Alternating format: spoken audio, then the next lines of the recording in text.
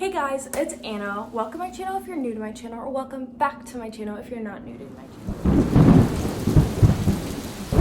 channel. To start off this video today, I would like to state that if you do not know what's going on with the James Charles situation, I will not be going fully in depth with the situation. I'll be talking more about the apology video and some discrepancies that I saw. However, if you are TW here, if you are a victim of or a victim of anything related minors, I would be very careful with this video and take care of yourself.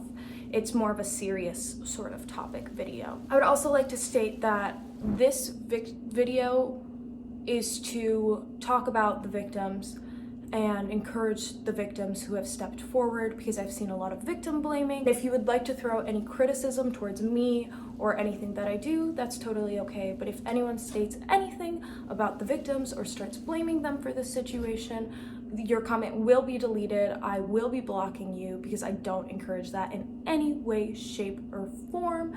So if I see any of that, that's just my little forewarning. My last warning before I start this video is I won't probably be my cheery self in this video, and that's because this is such a serious topic.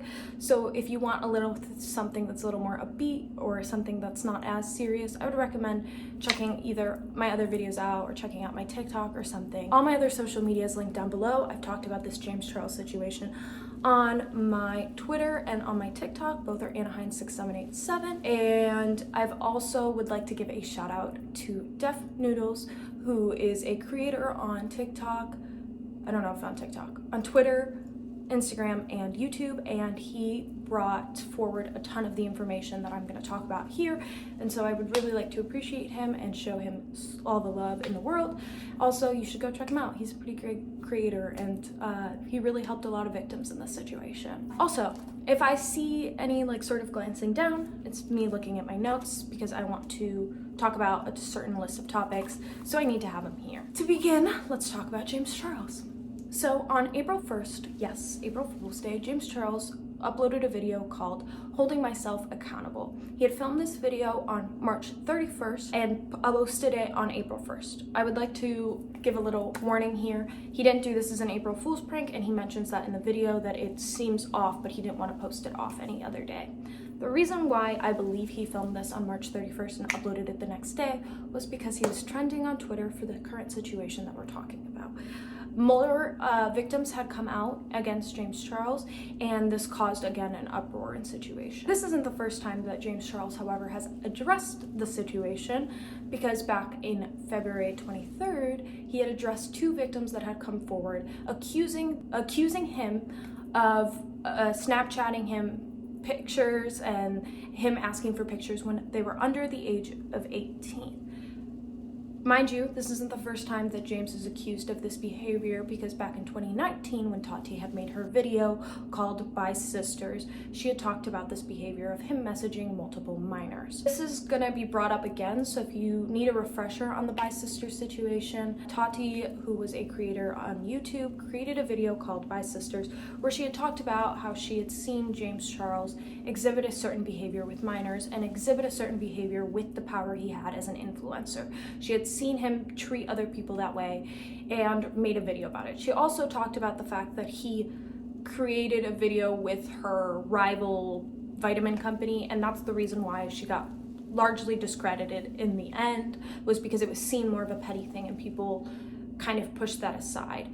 It also was a little bit discredited because James Charles posted a video called No More Lies a couple weeks after the situation, in which he brought receipts and evidence to show that these boys were either lying about their age or lying about their sexuality, and James Charles wanted to prove that he was innocent. This brings me to the tweet that James Charles made on February 23rd. I'm going to read it to you here because a lot of people seem to have forgotten that this happened. This was after two more victims had come out against James Charles, stating that the pictures stated, TW, there's a video going around about me on TikTok and Twitter of a guy calling me a I want to address it right away. The accusation that I have This person is completely false. Last week I came across someone on my Instagram Explorer page, saw he followed me, and added him back on Snapchat. The next morning I woke up to several snaps from this person being excited. I added him back, saying he loved me, and also lewd photos of himself in the shower. I asked how old he was right away, and he told me he was 18, so I started flirting back. In the excitement of meeting someone that I thought could be potentially great, I didn't ask for a copy of his ID or passport. It's now clear based on the video he uploaded, he was taking photos of me with another device and had an ulterior motive from the beginning. Later in the day, he said a few things that made me question the validity of his original age answer, and when I asked him to confirm his age once again, he admitted he was 16. I told him I was really uncomfortable and apologized for flirting, but he insisted on continuing talking, saying it could be our little secret. He's a fan of mine and would never tell anyone. I told him I wasn't okay with this since he started getting upset, and at this point I unfriended him. We haven't spoken since. I'm not victim blaming or victimizing myself either, simply sharing what happened, and what happened was not okay.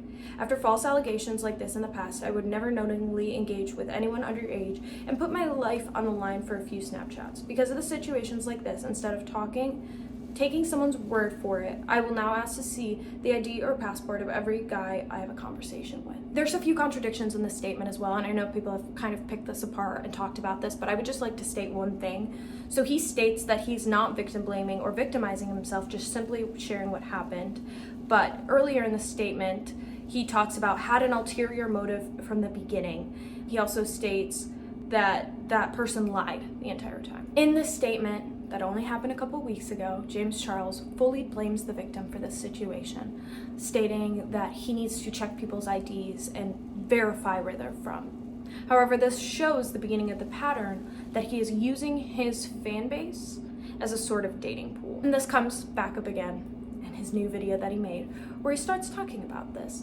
One thing I'd like to note is that this apology is eerily similar to David Dobrik's apology that he uploaded a few days ago. I know that these situations are completely different and are completely different scenarios, but I found that very, very interesting, and I don't think I was the only person to notice that. And the day he filmed this video, he was trending on Twitter for this situation. Instead of addressing it right away and stating I will be making a video on this very soon and talking about this situation, he was liking Kylie Jenner's tweets, and they had been posted an hour ago, so it's like kind of verified that he liked it, and he was sort of ignoring the situation, or not ignoring it, but waiting until he would post that video the next day. To bring up one more thing about the tweet posted on February 26th, he still has that tweet up, which sort of shows the hypocrisy, because if someone goes back and looks at it, it's interesting because he hasn't clarified that at all, stating, hey, I've made a video on this situation, I don't want to victim blame. But then again, in the video, he talks about it again, how these people lied about their age,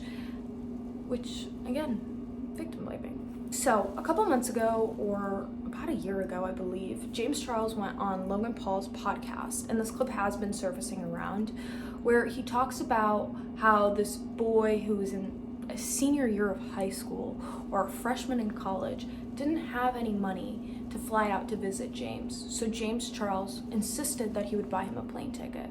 The guy told him he was very uncomfortable with the situation, but James Charles said, oh, well, then this situation's off. This clip, again, has been floating everywhere, but again demonstrates the power that James Charles holds and how he doesn't realize fully what's going on. So in James Charles' apology video, he talks about the power he has over his fans and how he now realizes that's a form of manipulation and a form of taking advantage of his followers and slash victims. But he doesn't fully take advantage of it because at the end of the video, he states, well, every time a fan messages me, I will ID them and ask them for a passport and ask my staff to look through it. That doesn't show any change or growth. I understand that James Charles was desperate, which I don't understand how this was used as an excuse during the video. However, when people are desperate, they don't go to children for their dating pool. They don't go to people below them. They don't go to their fans for their dating pool. Mind you, there's 12 victims now. So it's been a pattern of behavior, and I know people are afraid to call this or someone who takes advantage of children, but it is. It's someone allegedly who has taken advantage of multiple children, and we're taking a step back in time when we don't listen to the victims who have come forward. I would like to point out that a lot of people seem to have been forgotten. The Locust brothers, who did something very similar. They slept with a 14-year-old fan, and then the other one was messaging people under the age of 18 multiple times. James Charles was close friends with these two guys, and I know a lot of influencers were close friends with these two guys. However, when this full situation came out about the Lopez brothers, people asked James Charles to speak on it multiple times, call out his friends, unfollow them. James Charles ignored it. And I know there's other influencers who have ignored it as well. However, it demonstrates something to me. First, that he doesn't call out people for this behavior. And second, that I don't think he fully recognizes this behavior and sees it as like, oh, they were taken advantage of because they were influencers. People who message influencers, like the victims that had messaged James, would do anything to be friends with James, to date James, to be anything to James, because they idolize him, and I don't think he fully recognizes that. When this fan had told him he loved him, that should have been a red flag for James. And he's talked about this in his past, when he talked about his Tinder, and when people would start off by saying, "Hi sisters," he would unfriend them immediately because he wanted someone separate from all of this. How did that not happen when fans messaged him saying that they loved him? He shouldn't have been sending pictures back and forth with these people. It's also come forward that he likes people who look younger. That should have been a red flag for people as well, and I think it's becoming a red flag for people now, but it shows that James Charles has a pattern. He has a pattern of behavior. He's looking for a specific type of person, and I don't even think he fully recognizes it, because in his video he says, "I've been trying to get help," and it shows that I'm just desperate. But again, desperate people don't turn to younger people. And I think this is interesting because the new word is accountability.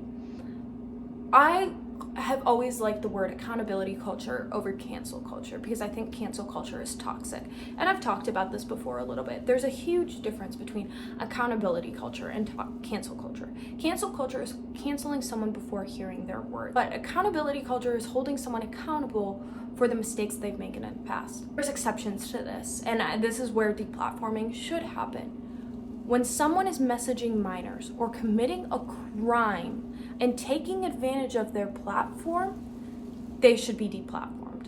With certain behaviors like Zoe Laverne, the Lopez brothers, James Charles, they are taking advantage of their platform. They have this position of power, and most of their fan base is under the age of 18. With James Charles, you can tell by the videos he makes that his fan base is under the age of 18. With Zoe Laverne, you can tell her fan base is under the age of 18. With the Lopez brothers, you can tell that their fan base is under the age of 18. It's just how it works right now when you are an influencer. It's like the lifestyle influencers back in 2010, 2000.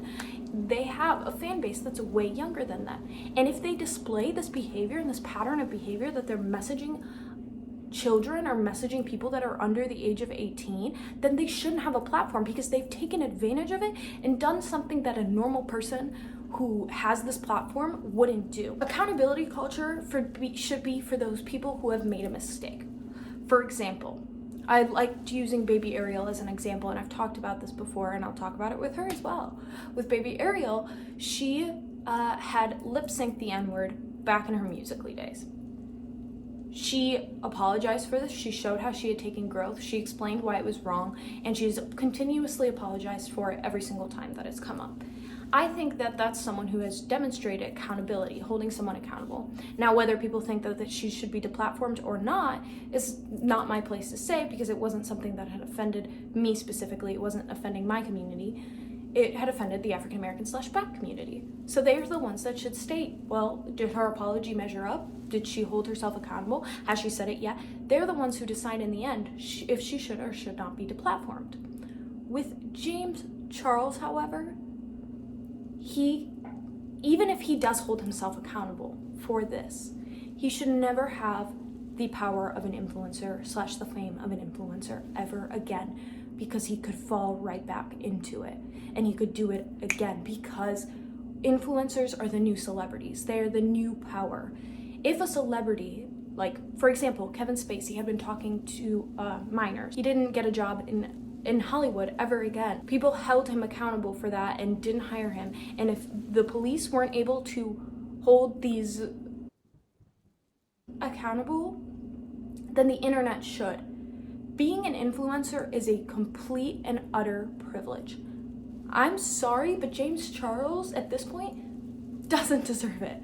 And I know that's just my opinion. However, he doesn't deserve it. He showed a pattern. It wasn't like it was one time and it was a mistake that he did the age thing. He used his fans as a dating pool. He used his Instagram page, his TikTok page. He even did a thing a couple months ago where he used TikTok as a bachelor dating pool, where he was asking boys to send in their videos of them. To finish off, let's talk about why people aren't holding James Charles accountable as much as they were in the past.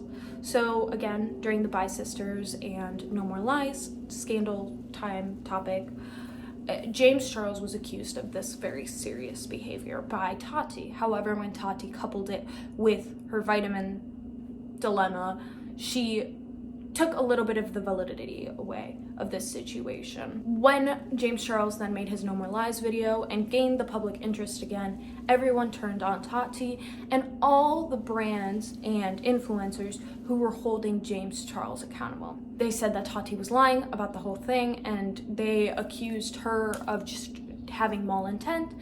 And since then, James Charles has sort of been untouchable. He's partied during the pandemic, he has done other serious things, and no one really has held him accountable because of what happened to him back in 2019. How the entire internet was back against him back in 2019. And because of that, people have kind of given him a little bit of leeway. And I think that's why no brands have spoken out against James Charles right now. Look at David Dobrik, how many brands started speaking up against him once one started speaking out against him. But with James Charles, we aren't seeing that at the same time. So how do we hold him accountable? How do we push brands to hold him accountable? I would recommend tweeting at them, saying something to them, and just continuing to talk about this topic and uplifting victims. Making a video saying holding yourself accountable doesn't automatically mean that you deserve to go back onto the internet. It can be your final word and your final statement, but I don't think James Charles deserves the power that he once had because he abused it. I want to point out one last thing in this video that I found interesting. I talked about this on my TikTok, however, I just thought I'd bring it up again. So in his video, he states something along the lines of, I know people are going to talk about the situation. I want them to talk about the situation. I don't want the people to shut this down. Making this video, I know that there's going to be more talk, basically kind of encouraging people to talk about this. However, he states in that video also that he's like willing to listen and he wants to hear it. I know that James Charles is a person who likes to block people. Similar to Jeffree Star, they both have liked to block people all the time. For example, I'm blocked by James Charles because of this situation. I talked about his first thing back in February, and I was one of the people that stated, hold him accountable for this situation. He blocked me. How does that mindset change in a couple weeks? How does that belief, that like instant, I don't know if it's a change in belief. I don't think he fully realizes. I think that he didn't like hearing it. He liked shutting people down, and he assumed he was going to get his way again. And this time it didn't go his way, so now he's making a longer video and hoping that'll work better for him. However, not everything can just be apologized with a video. This is a pattern of behavior that up until a couple weeks ago he was still doing. So my recommendation is hold James Charles accountable for this. Don't let him get away with this behavior, because we are taking a step back in the other direction. Not everyone deserves a platform. I really hope you guys enjoyed this video. I appreciate you guys so much for watching. I would recommend again to go check out Def Noodle, and yeah, go check out my other social media. I love you guys so much.